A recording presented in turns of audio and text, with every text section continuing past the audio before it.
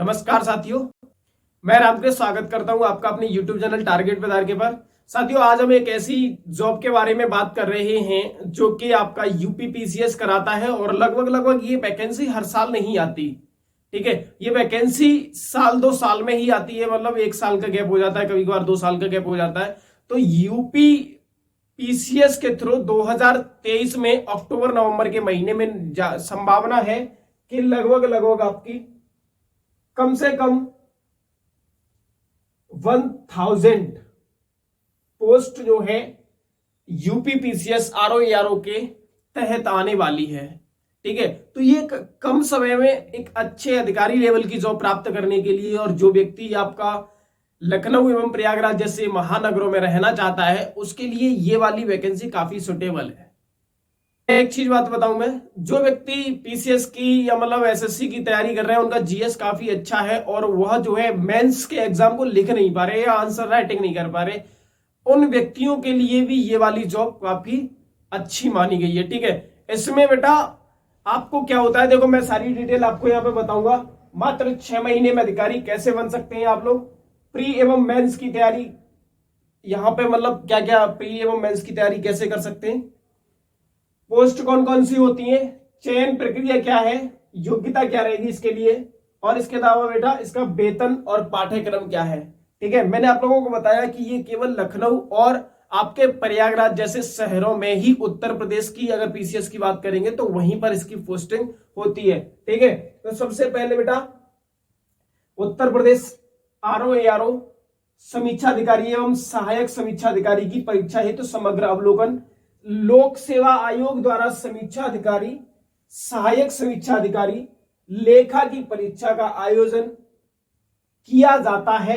यह पद क्रम से सचिवालय में, यानी लखनऊ के सचिवालय में जो कि आपका विधानसभा का सचिवालय भी हो गया, उसके अलावा राज्यपाल का भी सचिवालय हो गया, वहां पर इसकी पोस्ट होती है। इसके अलावा बेटा लोक सेवा आयोग, जैसे प्रयागराज में आपका उत्तर प्रदेश लोक सेवा आयोग है, वहां पर सचिवालय की पोस्ट होती है। राज्य निर्वाचन आयोग लखनऊ में हेडक्वार्टर है इसका भी, वहां पर भी इसकी पोस्टिंग होती है।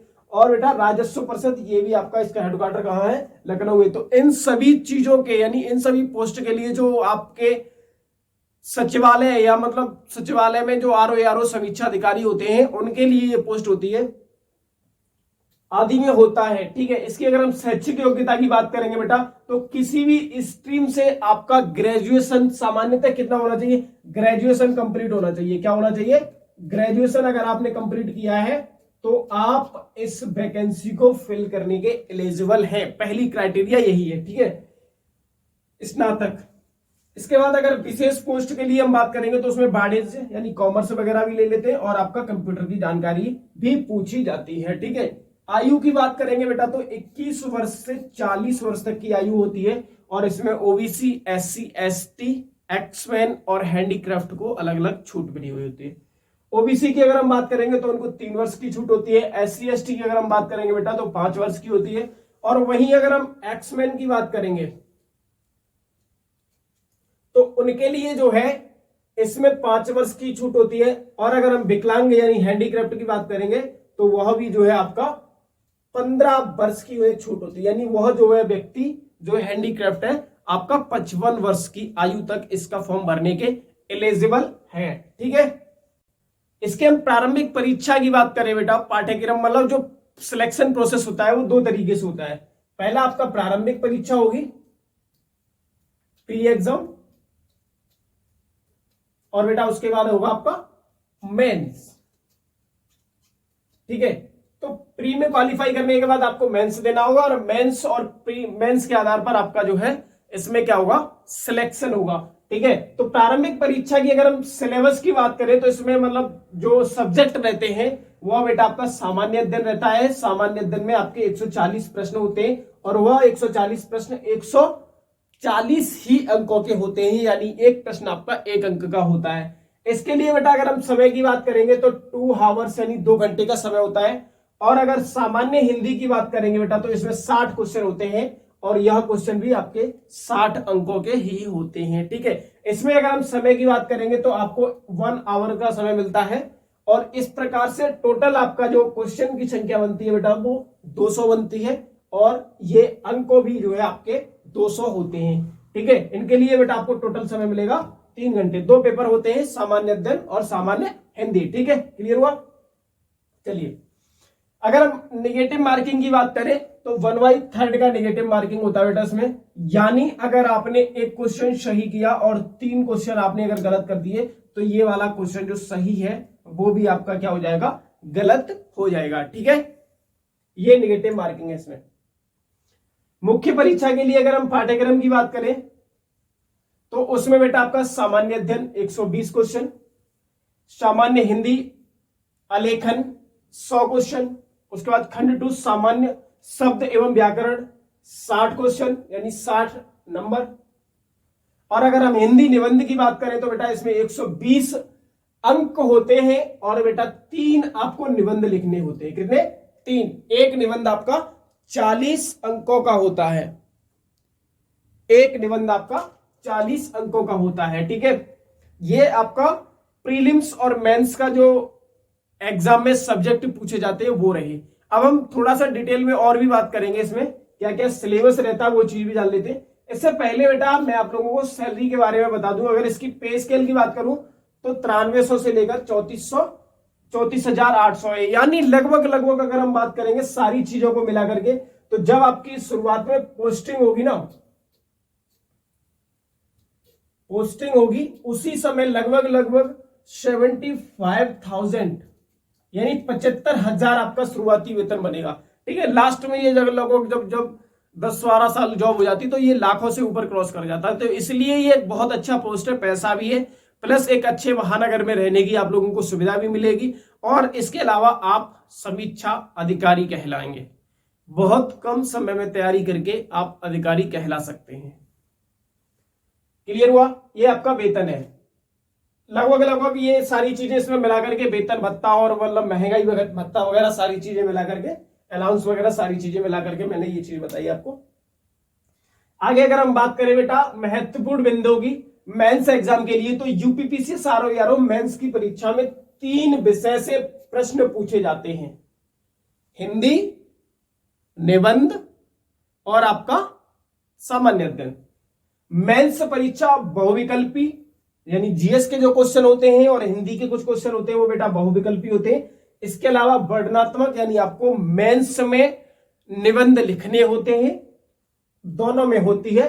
मेंस पेपर 1 घंटे, मेंस पेपर 1 यानी जीएस का जो पेपर होता है जिसमें 120 क्वेश्चन होते हैं वो 2 घंटे का होता है, जबकि पेपर 2 और पेपर 3 घंटे के होते हैं। यानी पेपर 2 भी आपका 3 घंटे का होगा और पेपर 3 भी आपका 3 घंटे का होगा। यानी हिंदी का पेपर भी आपका 3 घंटे का होगा और निबंध का पेपर भी आपका 3 घंटे का होगा। क्लियर। चलिए आगे अब हम बेटा बात करेंगे सिलेबस की। तो सिलेबस में क्या क्या रहता है, देखो सामान्य प्रीलिम्स का सिलेबस है ये। प्री में क्या क्या पूछा जाता है वो चीज मैं आप लोगों को बता देता हूं।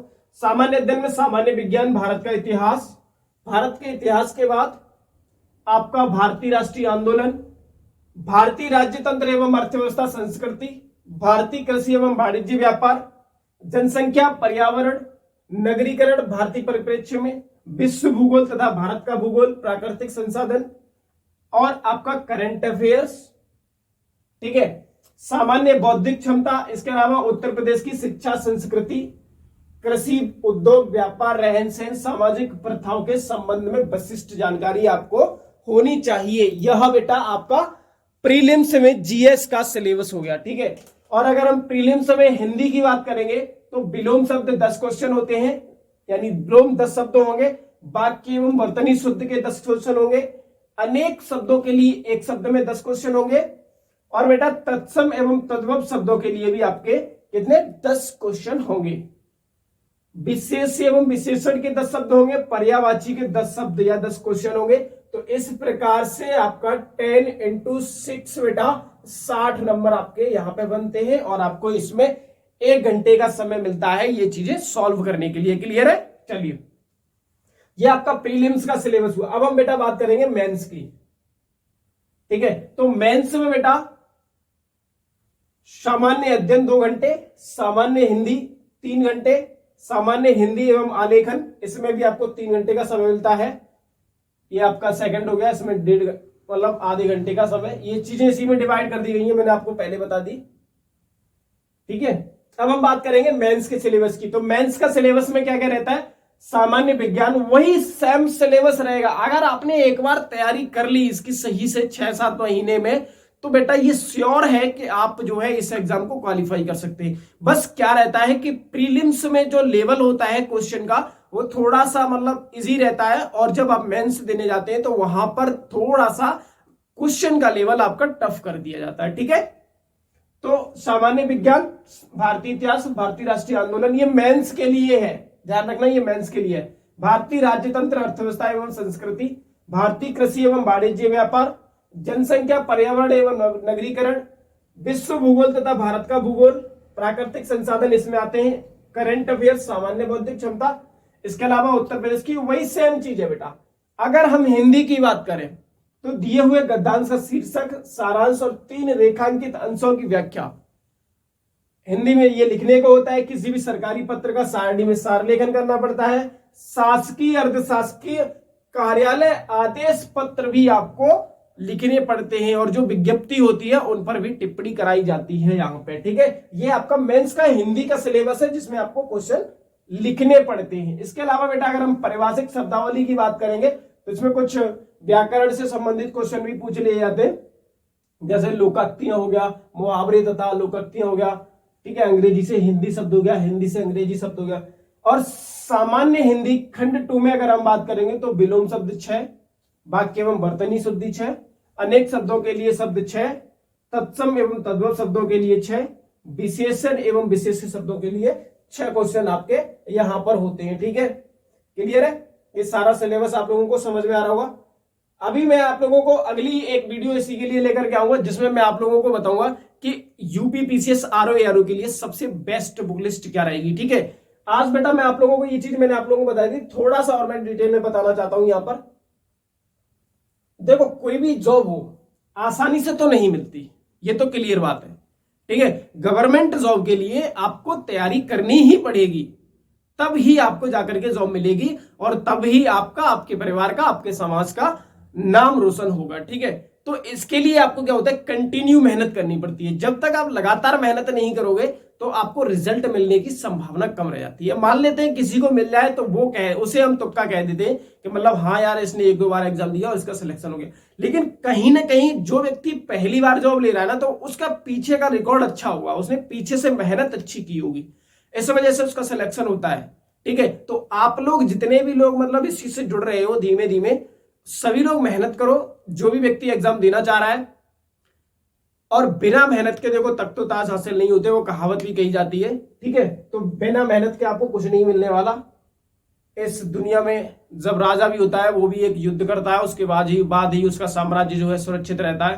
तो इसलिए आपको भी मेहनत करनी है, बिना मेहनत के आपको कुछ नहीं मिलने वाला। मैं आप लोगों को यहाँ पे कुछ चीजें बता देना चाहता हूं। हमारे चैनल टारगेट विद आरके पर, हमारे चैनल टारगेट विद आरके पर आप लोगों को ज्योग्राफी यूपी पीसीएस लेवल तक की करा रहा हूं मैं। ठीक है, यूपी पीसीएस लेवल तक की, यानी जो ज्योग्राफी अगर आप लोग यहां पे पढ़ लोगे तो ये ज्योग्राफी आपकी जो है प्रीलिम्स और मेंस यूपी पीसीएस आरओ के लिए तो बहुत ज्यादा हद तक सफिशिएंट रहेगी। और ये कहीं ना कहीं आपकी ज्योग्राफी जो है यूपी पीसीएस मेंस और यूपी पीसीएस आरओ एआरओ के लिए काफी सफिशिएंट रहेगी। तो आप लोग यहां से ज्योग्राफी पढ़ना चाहे तो पढ़ सकते हैं, एक बार डेमो लेकर के जरूर देख ले। और इसके अलावा बेटा मैं लूसेंट की हिस्ट्री करा रहा हूं। ठीक है, और ये लूसेंट की हिस्ट्री बेटा जो है आपके प्रीलिम्स एग्जाम के लिए मैं यूपी पीसीएस आरओ एआरओ के लिए सफिशिएंट मानता हूं। हालांकि इसके बाद भी आपको कुछ बुक्स पढ़नी पड़ सकती हैं, लेकिन कहीं ना कहीं यहां से चीजें जुड़ी हुई होंगी जो आपके एग्जाम में आएंगी। ठीक है, तो और भी मैं चीजें जोड़ने की कोशिश कर रहा हूं धीमे धीमे आप सभी के लिए, कि मतलब जो है अन्य सब्जेक्ट भी कराए जाएं, जैसे करंट अफेयर्स हो गया, सामान्य विज्ञान हो गया, आदि सब्जेक्ट भी मैं आप लोगों को बहुत जल्द कराने की कोशिश करूंगा। ठीक है, थैंक यू सो मच, बहुत बहुत धन्यवाद। जय हिंद, जय भारत। अगली वीडियो आएगी बुक लिस्ट के ऊपर।